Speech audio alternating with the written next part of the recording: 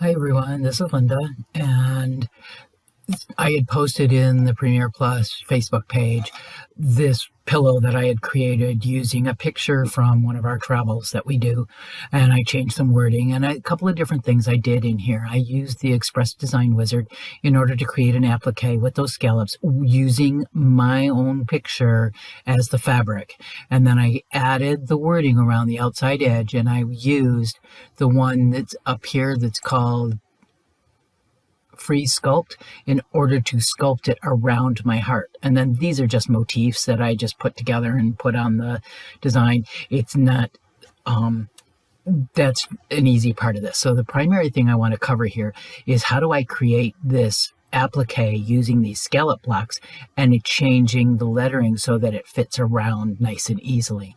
So we're going to actually go through that, and I'm going to step in here. So the hoop size I used is a 200 by 200. It's really your personal preference. I found the 200 by 200 work for this purpose. I'm going to do Express Design, and I'm going to do Express Design into rectangles so I can actually draw the size of the box I want to put my applique in. So I'm going to start the second grid line down and the second grid line in, and I'm just going to click, hold, and drag a box so it's about like that. So see how it is? I let go of my mouse and it gives me the pop-up. So I'm going to create express border. I'm going to do load a picture, and this time I'm going to use a heart, and the heart is actually in the samples Premier+2 EMB Pix 2 under motifs, and it's this particular one here, and I'm going to do OK. I'm going to do next, and remember we're doing an applique and it's just the border, so it's only looking at the outside. It's not going to add all of those little lines in there. I'm going to do next. It's a pretty solid line. I don't need to adjust this. I'm going to do next. It always defaults to the satin, so I don't want a satin stitch this time. I actually want something totally different. So I'm going to go to motifs. Automatically puts the star, and I don't want the star, so I'm going to stitch options, and I want to change the group to Husqvarna Viking. I'm going to go to the category, and I'm going to go to scallops, which is category J, and the one I want to use is actually down here. So I did some experimenting with different ones, and this is the one I kind of wanted. So right now, see what it's set at. It's height of 7, width of 22. I'm not going to choose anything else. I just want to see what this, audition this particular one, that we'll see what it looks like. We're going to do OK. I don't like the way this looks. I want it to actually look more like the heart and be a shape. So I can actually come in here to stitch options. And the first thing I'm going to try to do is fit to line and just see if that makes any difference. So it kind of did. It put it right to the line of where I want my applique. But see this area here and this area here, I don't like that. So I can go to stitch options again. I like the height at being 7, but I want the width to be something different. So I need to remember to uncheck where it says proportional. And I'm going to drop this to like a 20 just to see what happens. And the one thing I like about Wizards is we can experiment before we actually commit. That's not so bad up there, but I don't like this. So let's try again. Stitch options. Remembering that I want my height to remain at 7 and my width I want to change again. Let's try a 19 and just see what happens. Oops. 19. And I'm going to do, remember, proportional is not checked. Fit to line is checked. And I'm going to do OK and just see what happens. Oh, that's kind of nice. That point is right there, and it kind of meets at a point right there. I could adjust it just a little bit more, but I think I'm going to leave it just like that. I want to select the fabric because I don't want the green. I want my own photograph in there. So what I'm going to do is I'm going to select picture, and I'm going to do select picture down here. I'm going to load a picture, and I happen to have it already scanned in. I already took it and saved it to a file that I could use. So I'm going to do OK. And there's my picture. And I need to adjust this so that it's coming outside to the outside edge as far as possible. And right now, if I just move this, it would fill my heart. So I'm just going to come in here and see what happens as even though I'm not making it wider, what it's done is it's doing some adjusting automatically to the outside edge. And I need to come down just a little bit. And I need to make sure I'm not going to worry so much about top and bottom, but I do need this area here to be completely covered in my heart. So you're going to see what happens. I'm going to hit finish, and then I'm going to hit OK. And we're going to see what happens. There's a little bit of space up here, but I can adjust that with my photograph that I've actually printed. Or I could actually come in here and do select fabric again and go through the same process. Fabric, select picture. Again, being in a wizard, it makes it really nice, and I can do next. And again, kind of mess with this a little bit. Again, watching, because I don't want to lose the road for this particular thing. And I can actually adjust this just a little bit more. It has a lot to do with how far and how deep this is. And I actually am going to back this off just a little bit. And remember, once you get your picture the way you want it, you can always save that picture. But it's going to crop it just like this. So I'm going to do finish. And I want to see what it looks like. And that pretty much covers the whole thing. Now, I'm actually, when I print my actual fabric and I actually put it in place, I'm probably going to pay attention to what that looks like anyway. So this kind of gives me an idea. But see, I still have my road, I have my sky, and that's exactly what I want. Now, if I was doing a person's picture, I would want to make sure that the picture of the person was right here in the center. Or if I'm doing a couple, I might have a couple here, so husband and wife, whatever in here, or my parents, or something along those lines. I could actually go here and change the color of my thread color right now, but I'm not going to. You can do that coming here. And I'm going to do finish. So now I have this the way I want it. Now I need to add those letters. So I'm going to make sure nothing is selected. And I'm going to come into letter. And the font I want to use, and I started with this ovation with a little larger. And I said, the road is calling. And I chose the free Sculpt. And I hit apply. Oh, that's really going to be a little bit heavier than I really want. So I really don't want it that big, but see, the minimum size is 30, and you really don't want to go much below that. So I'm going to right mouse click. I'm going to click on properties, and I'm going to choose a different font. So I'm going to go back to the smaller ovation, which is going to work really nicely, I think. And again, it's still a little bit big, but as I start messing with this, it's probably going to come out not too bad. So because see all these little green boxes or green circles here, if I move it down here, it's not going to make any difference. But I need the to start right about here. So I'm going to drag that, and I'm going to put that there. And I want this to be about 2 grid lines out.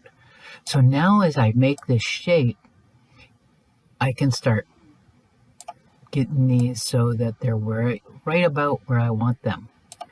Now I can also make sure, I want to kind of get these moved over here. Move them because I need this last one to be right here in the center. And I want that one to be there. And of course now I need to move all these, and I can start messing with those just a little bit here. Oops, I missed one. Yeah, I can't see it.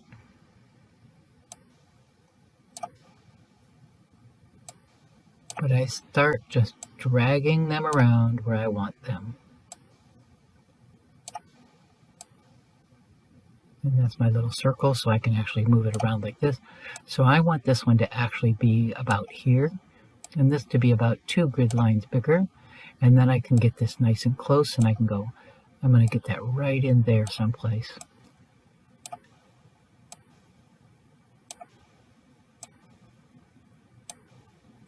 And now I can start moving these other ones in. And I kind of make sure that they're kind of across from each other. It's not necessarily always the best thing to do. Depends on what you're trying to do. So I keep messing with this until I get what I really want. And it's really too close to my letter, my scallop, so I can move it back out. What I like about this is that I can keep messing with this as long as I can, even if I add my other words that are over here on the other side, and we must go. Again, I still have this one selected. I have nothing selected. And, oh, I forgot to change the font. So I'm going to do a right mouse. I'm going to go into properties. I'm going to change this to ovation, the smaller ovation, and do OK. And again, now I need to start messing with these little nodes here. So I'm going to get this one so it's about here.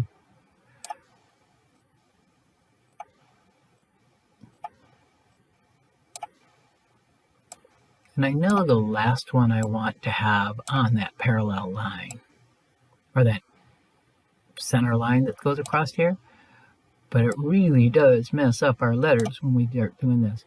But as you play with this, you'll get it to where you want it to be. And again, I'm just going to keep messing with this. Oops.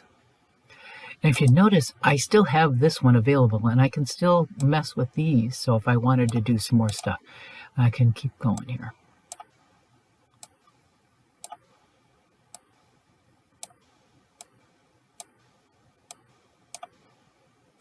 And I can always look at preview to see what this kind of looks like. So I'm going to come up here and I'm going to look at it. That's a little bit too close together, but it's not too bad overall. I'm just going to leave it like that for now. I'm going to move this over just a little bit. Maybe move this one over just a little bit, just to give me some space in the center.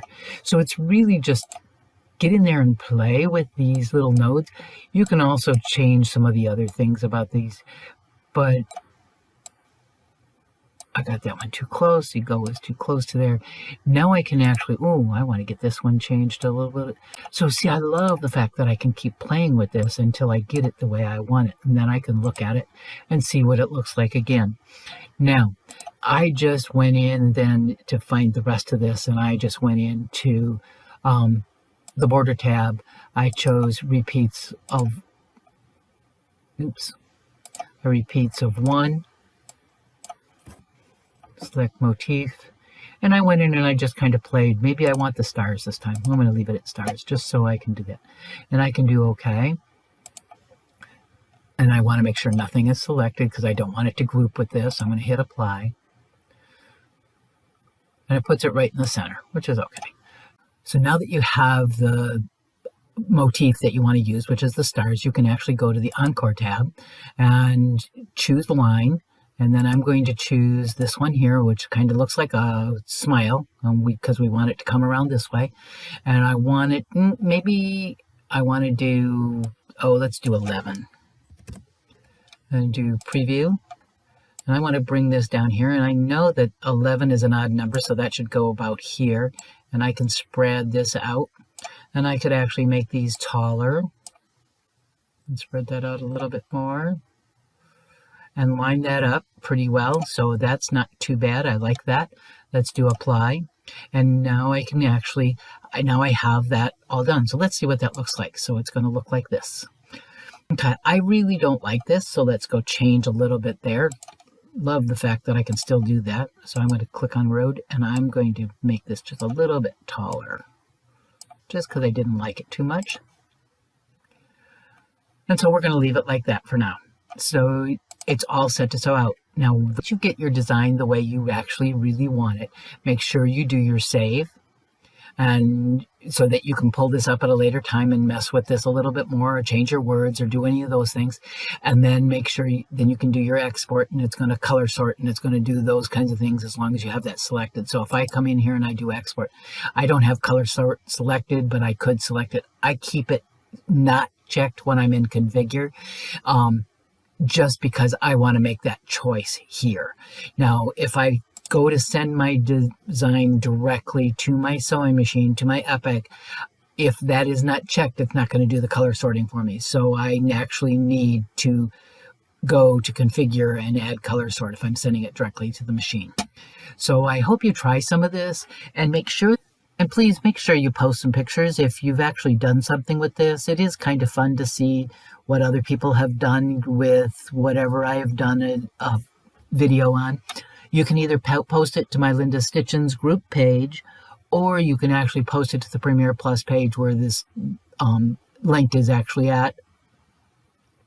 I would just love to see pictures. Have fun and enjoy.